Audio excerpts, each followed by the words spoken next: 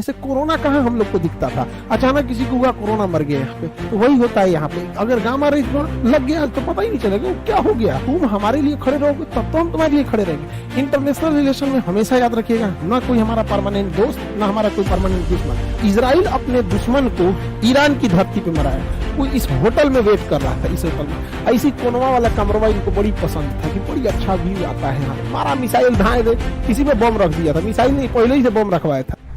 परमाणु बम इतना खतरनाक क्यों होता है? अरे भैया 27 लाख केजी कोयला के बराबर एनर्जी है। आप अपने ही जिला में 27 लाख केजी कोयला छींट दीजिए और उसमें माचिस मार दीजिए, देखिए आपका शहर उड़ा देगा पूरी तरह से। वही तो काम ये कर रहा है, बस उसमें कम ही मात्रा में उतना है स्टोर है एनर्जी यहाँ पर, इसलिए ये इतना महंगा बिकता है यूरेनियम। हालांकि कोई इसका रेट अभी तक नहीं खोला है। अब इसी यूरेनियम को रख के भड़का दिया जाता है, ब्लास्ट करता है, तो इसमें से इतनी हाई मात्रा में ऊर्जा निकलती है, इतनी ज्यादा कि इंसान वेपराइज हो जाता है, भाप बन जाता है, इंसान भाप बन जाता है। इतनी भयानक इससे ऊर्जा निकलती है और इससे दूर दूर तक इसका जो रेडिएशन होता है, हवा बहा के इसके धुआं को ले जाएगी, रेडिएशन को ले जाएगी, बाकी जगहों पर कैंसर होकर लोग मर जाएंगे यहाँ पे। इससे रेडिएशन से बचने के लिए पोटेशियम आयोडाइड की गोली खाई जाती है। हालांकि क्वेश्चन पूछा था कि कौन से जानवर पे रेडिएशन का असर नहीं पड़ेगा जिसकी त्वचा काइटिन की बनी होती है, जैसे कॉकरोच। कॉकरोच के अगर मान के चलिए इसी मोहल्ले में परमाणु बम गिरा तो इस मोहल्ला का मर जाएगा, लेकिन अगर 10-15 किलोमीटर दूर गिरा है, हम लोग अगर देख भी लेंगे ना तो उसके रेडिएशन से हम मर जाएंगे, लेकिन कॉकरोच नहीं मरेगा यहाँ पर। ठीक है, अब परमाणु बम को, ये शकल है परमाणु बम का, इसको जमीन पे फोड़ेंगे तो उतना खतरनाक नहीं होता है, क्योंकि जैसे जमीन पे फोड़ेंगे ना, इससे निकलने वाली हानिकारक गैस, इससे निकलते सबसे ज्यादा क्या होता है, प्रॉब्लम क्या आता है परमाणु बम फटता है तो यहां पर इसमें सबसे बड़ा जो प्रॉब्लम आ जाता है, इससे एक्सरे निकलने लगता है।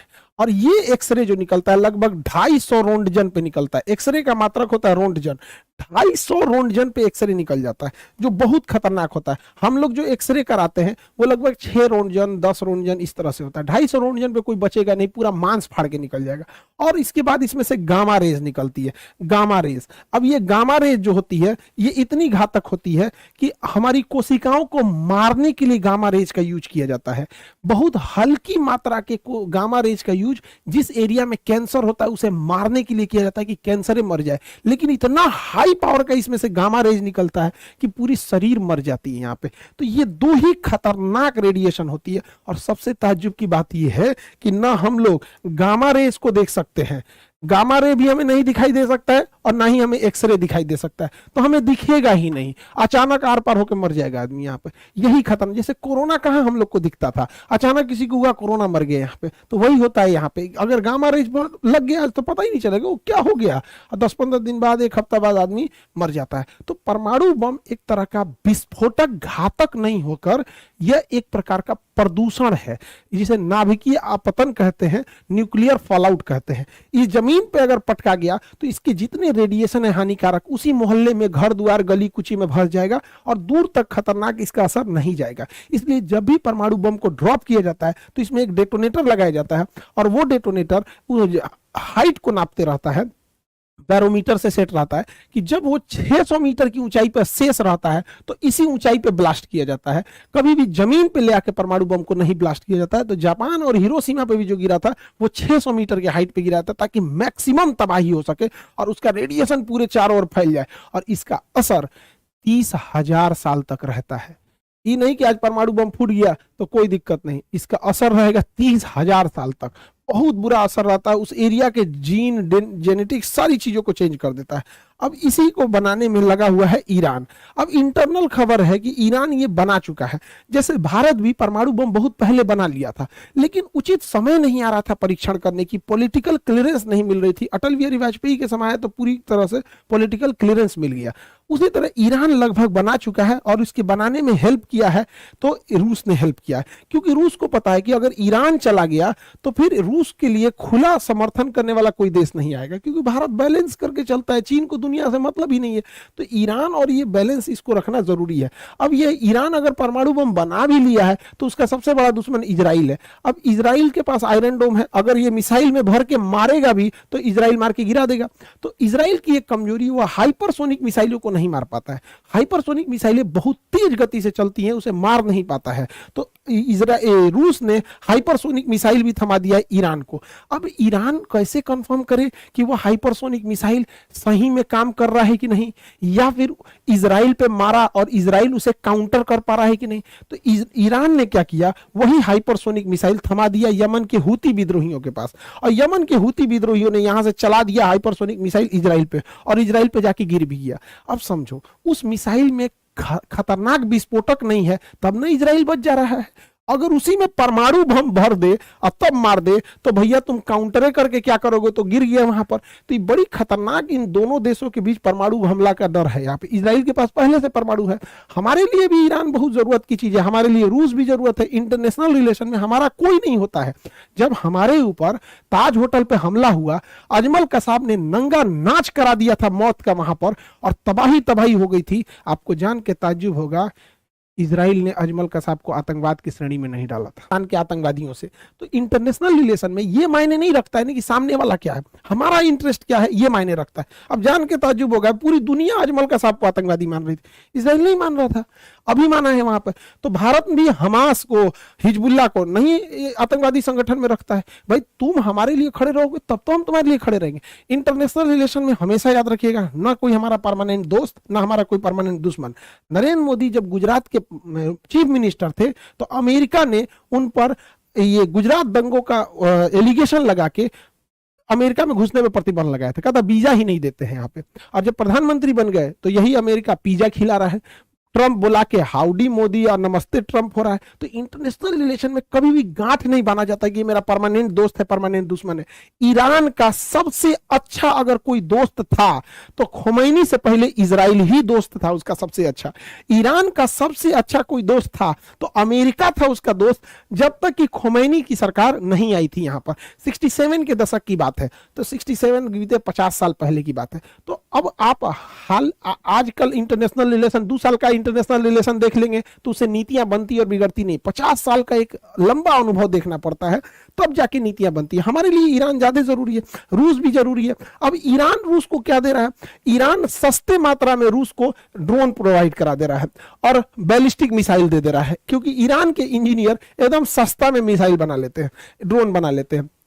अब ये ड्रोन से बौछार कर दे रहा है यूक्रेन में। तो इजराइल, रूस को भी फायदा है ईरान से, ईरान को भी फायदा है रूस से। अब यहाँ ईरान के हथियार को यूज कर रहा है ये यूक्रेन के खिलाफ, और ईरान रूस के द्वारा दिए गए हथियार को ईरान यूज कर रहा है इजराइल के खिलाफ।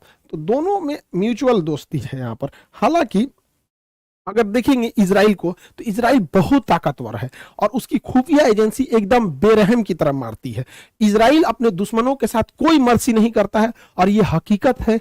इजराइल अगर कमजोर पड़ेगा तो इजराइल का कोई इंसान जिंदा नहीं रह सकता है। इजराइल को जिंदा रहने के लिए ऑक्सीजन नहीं, युद्ध करना पड़ता है, वरना अरब देश उसे छोड़ेंगे नहीं। ये हकीकत है। यहाँ पर अरब देशों ने यहाँ पे तो कहीं दोनों साइडों से मानवता का ध्यान रखा जाता है, किसी एक साइड से नहीं।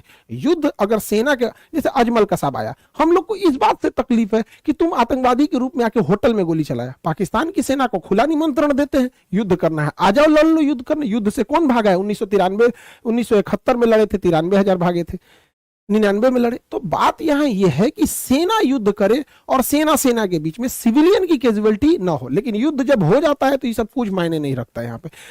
तो इजराइल जो है अपने दुश्मनों को चुन चुन के निपटा रहा है। हमास के चीफ गए थे ईरान में दोस्ती करने के लिए, इनकी मृत्यु की गई थी नए प्रधानमंत्री के लिए यहाँ पर, तो यहाँ से मारवा दिया उसको ईरान में।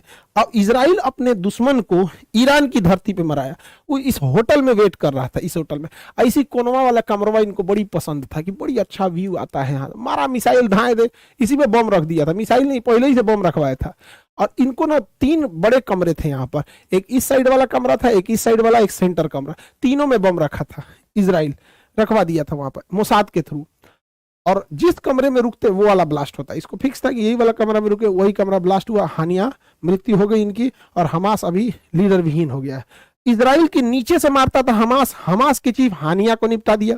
इजराइल के ऊपर लेबनान से मारता था हिजबुल्ला के चीफ नसरुल्लाह को मार दिया।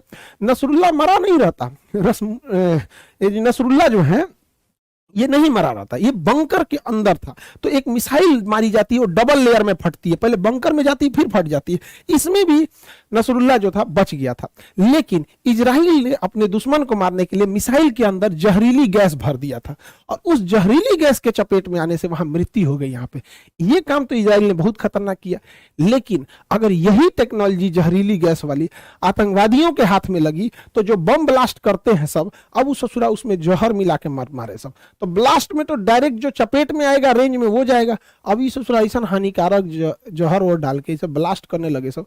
ये दुनिया बड़ी खतरनाक है, वो बड़ी जल्दी कल की अवतार होने वाला है, जाने वाला है, कल युग आने वाला है। यहाँ पे ऐसा ऐसा तरीका अपना रहा है कि देखिए, बंदूक की खोज हुई, डायनामाइट की खोज हुई थी सुरंग खोदने के लिए, लेकिन उसका यूज होने लगा किस चीज के लिए? ब्लास्ट करने के लिए। अब आगे ये सब अपना लड़ते रहे सब, हम लोग भैया वसुधैव कुटुंबकम, सब लोग यहाँ पे।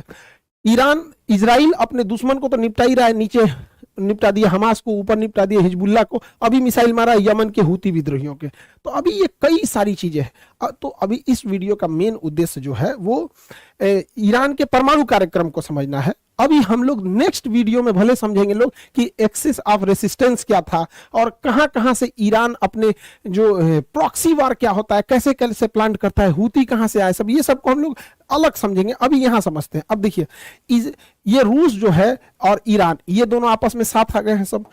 इधर में क्या है? इजराइल, यूक्रेन और पूरा नाटो एक साथ आ गया है। अब ये बड़ी सख्ती दिक्कत हो जाएगा, एक सेंटर में डिस्प्यूट हो जाएगा, क्योंकि हमारा रिलेशन इन सबके साथ है। यहाँ पर रिलेशन सबके साथ है। हमारे लिए जरूरी है कि ईरान जो है वो स्टेबल रहे। समझिए कैसे हमारे लिए जरूरी ईरान क्यों है? क्योंकि भारत है, हम अपने पूर्वी देशों को गंवा दिए हैं। अभी बांग्लादेश में क्या हुआ आप देखें, बांग्लादेश खत्म, शेख हसीना।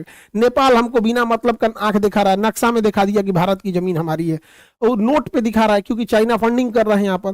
श्रीलंका में क्या हुआ देखिए, भारत को भगाया गया यहाँ पे। मालदीव हम लोग को बर्बाद करने के चक्कर में अपने बर्बाद हो गया। अल्टीमेटली रिलेशन खराब हुआ कि नहीं हुआ? पाकिस्तान से तो जन्मजात दुश्मनी है, यहां से तो कभी सुधर नहीं सकता है।